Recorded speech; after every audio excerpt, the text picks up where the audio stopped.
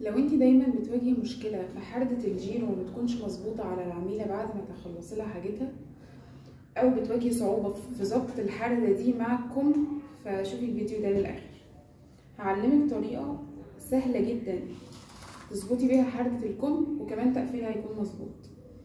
اول حاجه المقاس ده لازم تاخديه على العميله وانت بتاخدي مقاساتها، وانا متاكده ان معظمكم مش بياخد المقاس ده.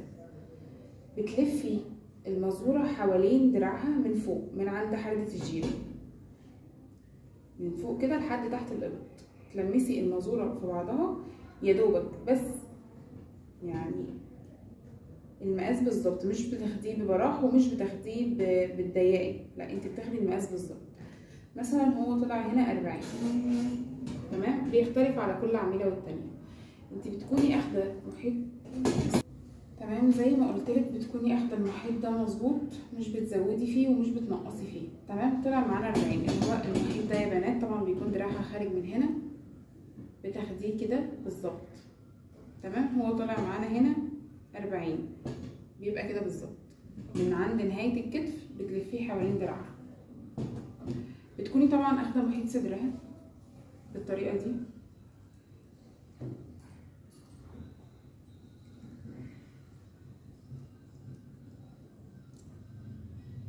محيط صدرها هنا 92، تمام؟ هقول لكم بقى دلوقتي على الباترون ازاي تطلعوا المقاس ده مظبوط مع حردة الجيرو المظبوطه. بصوا يا بنات، بتحضروا الورقه اللي هترسموا عليها الباترون، تمام؟ وبتبداوا ترسموا الباترون. انا عندي عرض الظهر بتاعها 37، تمام؟ على الاتنين فيها 17.5، ممكن تعملوه 18 عادي، فانا هعمله هنا 18،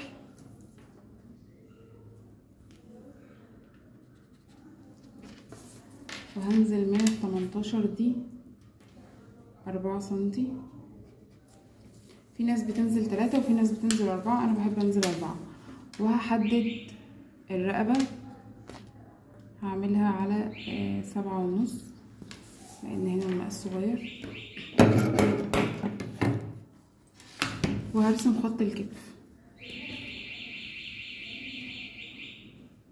انا مش محتاجة هنا غير خط الكتف بس، هرسم الرقبة برضو، دي الرقبة بس احنا مش محتاجينها في حاجة، تمام؟ احنا خدنا المحيط اللي انا قلتلكوا عليه ده، طلع معانا 40 سنتي. 40 بننزل نصها ناقص 1 سنتي، يعني 40 طلعت نصها 20، تمام؟ هنزل ال20 الاول وبعدين اقول لكم هنطلع ال1 سنتي ده ليه، هننقص منها 1 سنتي ليه. 20 ده هننزل 20 في حالة ان احنا خدنا محيط الصدر مظبوط بالظبط. يعني مثلا محيط الصدر بتاع البنوتة مثلا هنا كام؟ محيط الصدر كان 92، انا زودت عليه 2 سنتي راحة. انتي هتزودي 2 سنتي راحة، هتطلعي ال1 سنتي اللي انا قلتلك عليه، هنبقى بدل ما هننزل 20 هننزل 19. هتزودي اكتر من كده هقولك هتعملي ايه. يعني انت اكيد في المقاسات الكاجوال بتزودي 2 أو 4 على حسب ما انت بتحبي، بس لو هتزودي 4 هقولك تعملي ايه. هنرسم الاول خط الكتف، خط الصدر، تمام؟ ده خط الصدر اهو، تمام؟ ربع محيط الصدر هيكون 23.5، تمام؟ ربع محيط الصدر هيكون 23.5. طيب هننزل نفس المسافة بتاعت الكتف اللي هي 18 سنتي، 18 سنتي دي كده اللي هنرسم عليها الخط ده، اللي هنرسم عليه حردة الجيرو، تمام؟ المسافة دي 20، هنطلع ال1 سنتي، تمام؟ هتبقى 19، هناخد نصها 9 سنتي، هندخل من النص ده 1 سنتي، تمام؟ طبعا انا المفروض كنت ارسم على ده فهرسم عليه، ده هيبقى خط الصدر،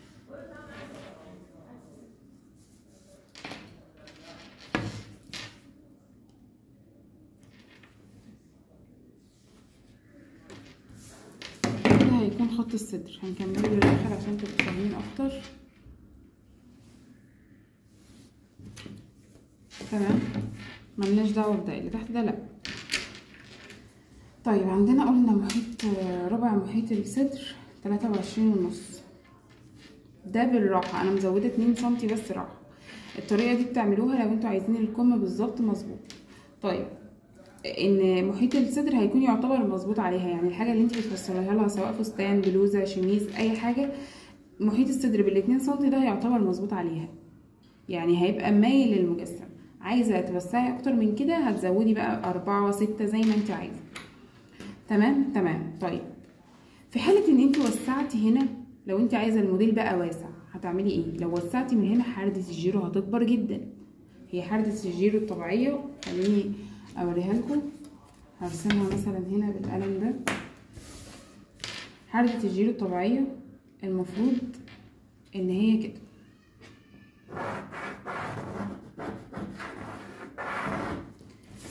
دي حردة الجيرو الطبيعيه.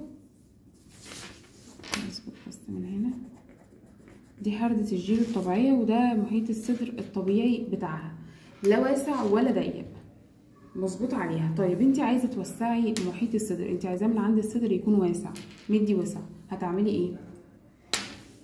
طبعا لو وسعتي من هنا هتضطري تمدي الخط ده كله، فطبعا حردة الجيرو دي هتوسع جدا جدا وهتبقى شكلها مش لطيف خالص، خصوصا لو انت عايزة تعملي بومبي او حاجة على الكتف. طيب هتعملي ايه؟ انت مثلا هتوسعي كمان على المقاس المظبوط 2 سنتي من جنب واحد، يعني المجمل هيكون 8 سنتي زيادة في المحيط كله. انتي وسعتي اهو 2 سنتي، وسعتي 2 سنتي. طيب وسعتي 2 سنتي، عايزين ناخد الاول المحيط ده هيكون كام؟ 22. لو تفتكروا محيط الحردة دي عندها كانت 40، يعني هتبقى الحردة دلوقتي 44. ده كده مناسب جدا، كده مناسب جدا. طيب اخد مسافات الراحة بتاعته وفي نفس الوقت هيكون مظبوط عليها. طيب انت بقى عايزة توسعي اكتر من كده، عشان انت عايزة توسعي في الصدر دلوقتي. فانت لو وسعتي في الصدر هتكبري الحردة دي، فهيبقى شكلها مش حلو، هتكبر اكتر، هتدخل مثلا في 27 او 25. طيب هتطلعي انت خرجتي 2 سنتي، هتطلعي زيهم 2 سنتي. تمام، هتطلعي زيهم فوق 2 سنتي. 2 سنتي اللي انت وسعتيهم دول معناه ان انت وسعتي على المقاس 8 سنتي، فطبعا 8 سنتي كتير جدا، انت كده اخدتي الصدر ببراح قوي. وهتعملي خط. تمام، وهتمشي بنفس النهج بالظبط. هتعملي ايه؟ هتيجي على الخط ده بقى دلوقتي، الخط ده 17 سنتي. تمام، الخط ده 17 سنتي، هتقسميه بالنص بقى 8.5. هتيجي عند 8.5 دي اهي،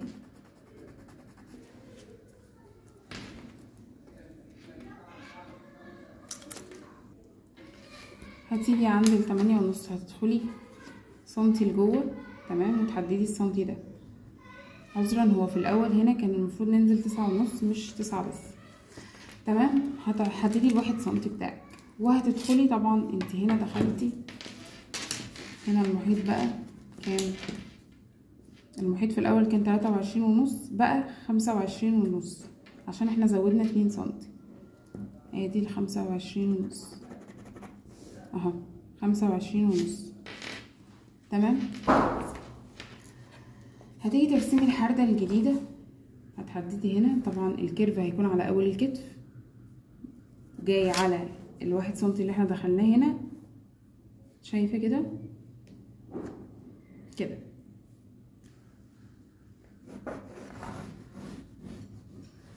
وبتحددي العلامة الجديدة دي، هحددها لكم بقى بالقلم التاني.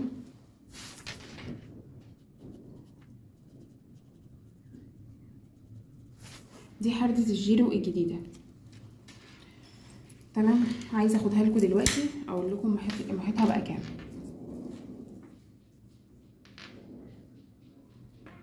نمشي كده عليها